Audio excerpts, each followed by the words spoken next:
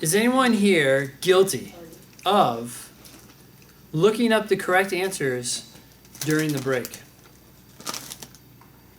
Not to fill them in, just to know. Just to know how you did on the sections you've already done. Oh, no. Some of us here. Yeah, what was your name again?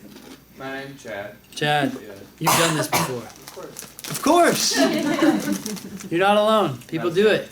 And I just heard last week that people do that here on Saturday. This is not good. You know why this is not good, Chad? No, I don't do that. Oh! Just So- on, like these sections. Not on like the actual practice. Oh, not on the actual practice test. Yeah. You're just changing your story or you're clarifying? Backpedaling a little That bit. bad. Okay, cool. Gotta see how good you are as a lawyer.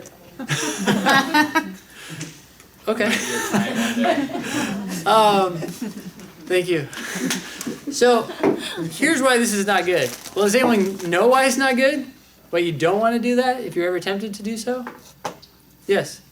I think it's just like a psychology thing. Yeah. Of, like once you know, because I mean, I know in golf, like you're never supposed to really like tally up your strokes. You should just like end the hole, like end the section and move on. Yeah.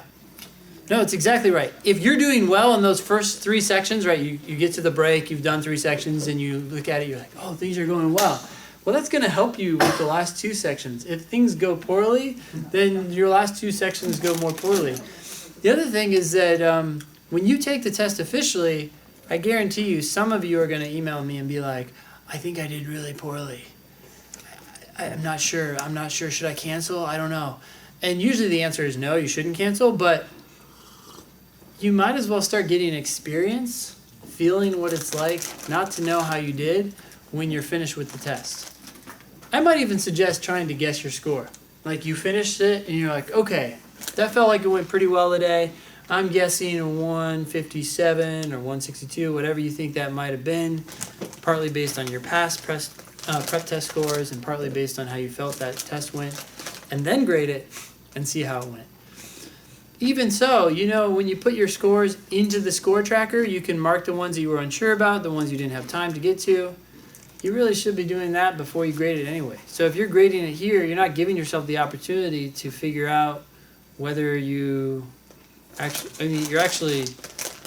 you're denying yourself the opportunity to figure it out on your own, because now you kind of have a clue. You're like, oh yeah, I got that one wrong. So then it's going to be the next best answer, which was probably the one you were debating. So you kind of short circuit that review process. So I would suggest just taking the test here, go home, or you can do it here, put it in the score tracker, review those questions on the priority page, and then see what you got. If you can try to predict what you got, go for it. That would be a good skill to have, actually, because then you'll have a good sense of how well you did when you take the test in September. Any questions on that? Yeah. Can you cancel from the time you take the test before the score comes out? You can. You have 6 days.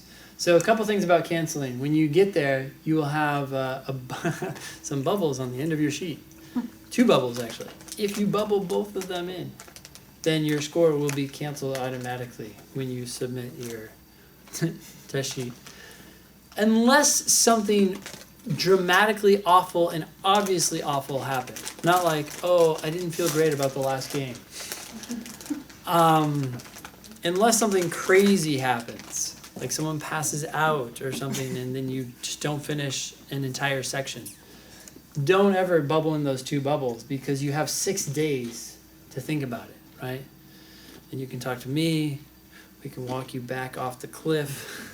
A lot of things that feel like a big deal aren't that big of a deal when you start thinking about them.